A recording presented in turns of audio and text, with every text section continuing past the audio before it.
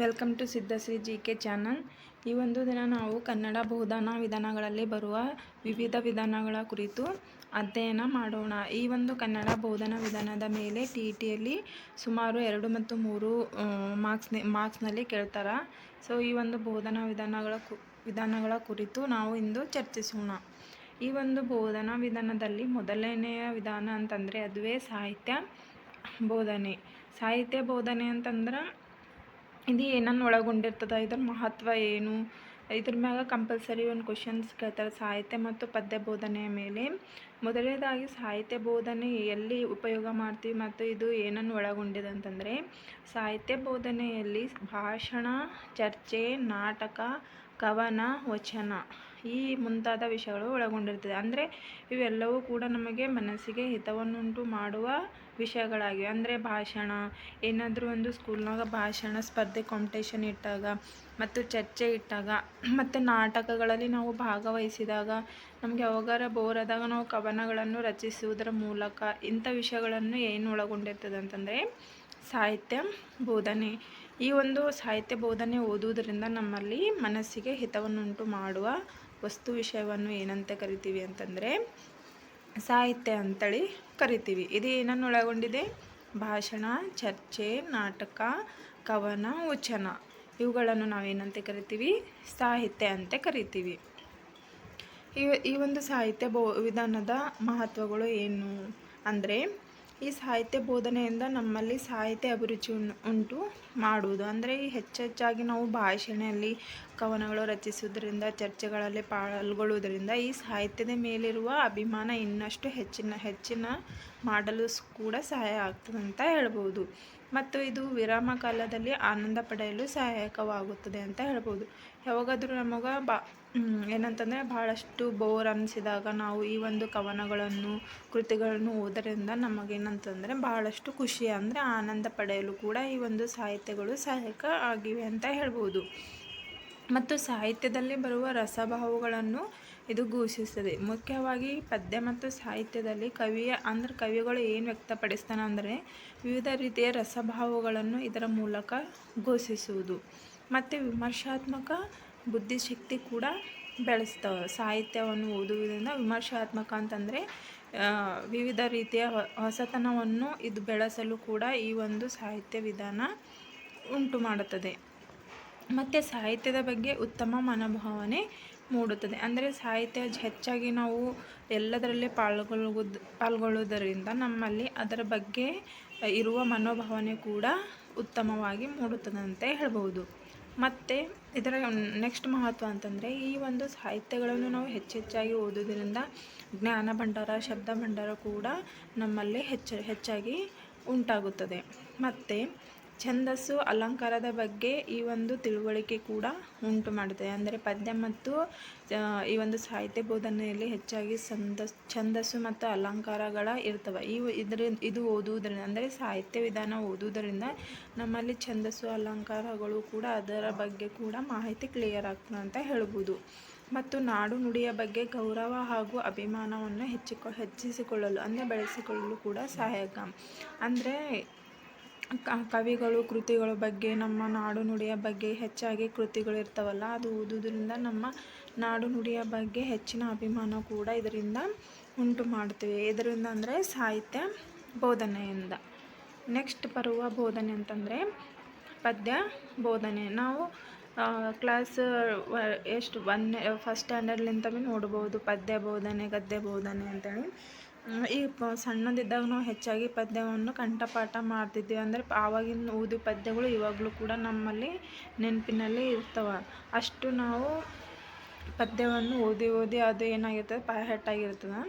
So ಈ ಒಂದು ಪದ್ಯ ಬೋಧನೆಯ ಮಹತ್ವ, ಉದ್ದೇಶ ಮತ್ತು ಇದರಲ್ಲಿ ಬರುವ ವಿಧಗಳ ಕುರಿತು ನಾವು ಇಂದು ಚರ್ಚಿಸೋಣ.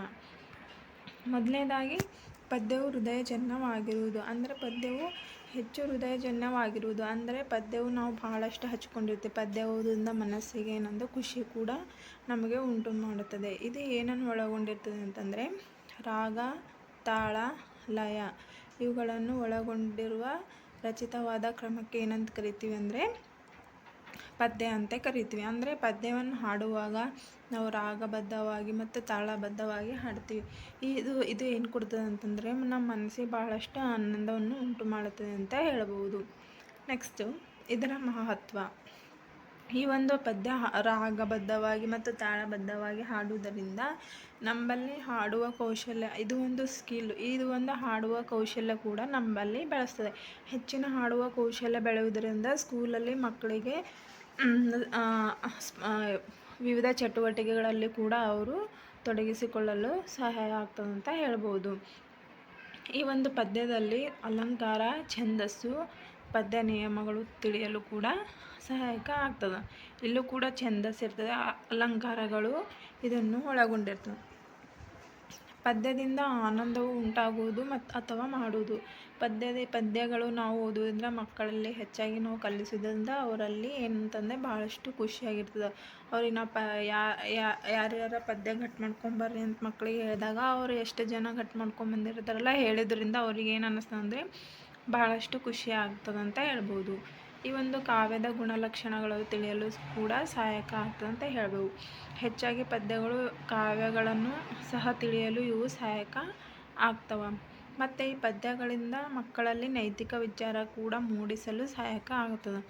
ಅಂದರೆ ಮಕ್ಕಳಲ್ಲಿ ಪದ್ಯಗಳು ಓದಿಸೋದ್ರಿಂದ ವಿವಿಧ ರೀತಿಯ ನೈತಿಕ ವಿಚಾರಗಳನ್ನು ಮೂಡಿಸಲು ಕೂಡ ಅವರಿಗೆ ಸಹಾಯಕ ಮಾಡ್ತವಂತೆ ಹೇಳ್ಬೋದು.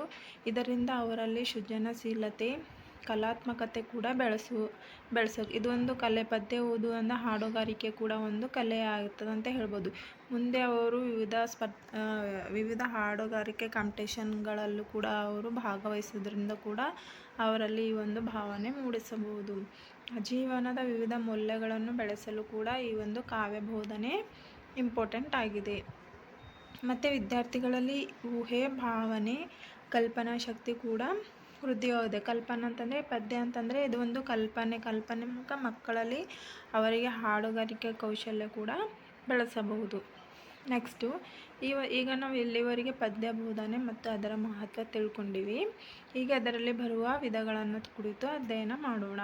ಇದರಲ್ಲಿ 3 ವಿಧಾನಗಳಿವೆ: ಖಂಡ ಬೋಧನೆ, ಅಖಂಡ ಬೋಧನೆ ಮತ್ತು ಸಮನ್ವಯ ಬೋಧನೆ.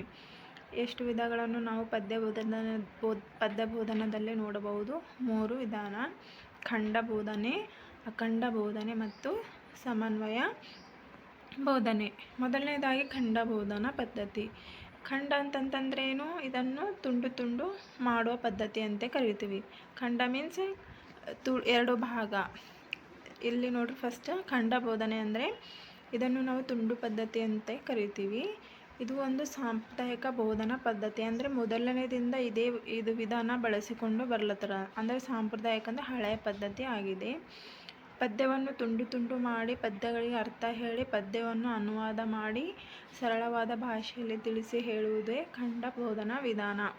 ಅಂದರೆ ಒಂದು ಪದ್ಯವನ್ನು ಒಂದೇ ದಿನ ಹೇಳದೆ ಅದನ್ನು 2 ದಿನ ಹಾಗೆ ತುಂಡು ಭಾಗಗಳಾಗಿ ಮಾಡಿ ಅವರಿಗೆ ಅದರ ಅರ್ಥ ತಿಳಿಸಿ ಹೇಳುವುದೇ ಖಂಡ ಬೋಧನೆ, ಅಂದರೆ ತುಂಡು ಪದ್ಧತಿ ಅಂತ ಕರಿತೀವಿ. ಇದು ಒಂದು ಯಾವ ವಿಧಾನ? ಇದೊಂದು ಹಳೆಯ ವಿಧಾನ, ಅಂದರೆ ಸಾಂಪ್ರದಾಯಿಕ ಬೋಧನಾ ಪದ್ಧತಿ ಆಗಿದೆ. ಎರಡನೇದಾಗಿ ಅಖಂಡ. ಖಂಡದ ಅಪೋಸಿಟ್ ಅಖಂಡ. ಅಂದರೆ ಖಂಡದಲ್ಲಿ ಪದ್ಯವನ್ನು ಕಟ್ ಮಾಡಿ ಅಂದರೆ ತುಂಡು ಮಾಡುವುದು. ಇದು ಅಖಂಡ ಅಂದರೆ ಪದ್ಯವನ್ನು ತುಂಡು ಮಾಡಲಾರ್ದೆ ಒಂದೇ ಪದ್ಯವನ್ನು ಬಿಡಿಯಾಗಿ ಮಾಡದೆ ಇಡಿಯಾಗಿ ಗ್ರಹಿಸಿಕೊಳ್ಳುವುದಕ್ಕೆ ಅಖಂಡ ಪದ್ಧತಿ ಅಂತ ಕರಿತೀವಿ.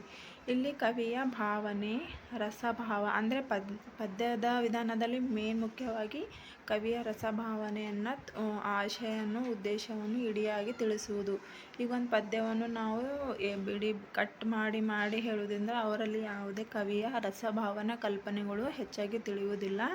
ಅದನ್ನು ಖಂಡವಾಗಿ ಮಾಡದೆ, ಅಖಂಡ ಅಂದರೆ ಬಿಡಿಯಾಗಿ ಮಾಡದೆ ಇಡಿಯಾಗಿ ಹೇಳುವುದರಿಂದ ಅವರಲ್ಲಿ ಈ ಒಂದು ಕವಿಯ ರಸಭಾವನೆ ತಿಳಿತದಂತ ಕೂಡ ಹೇಳ್ಬೋದು.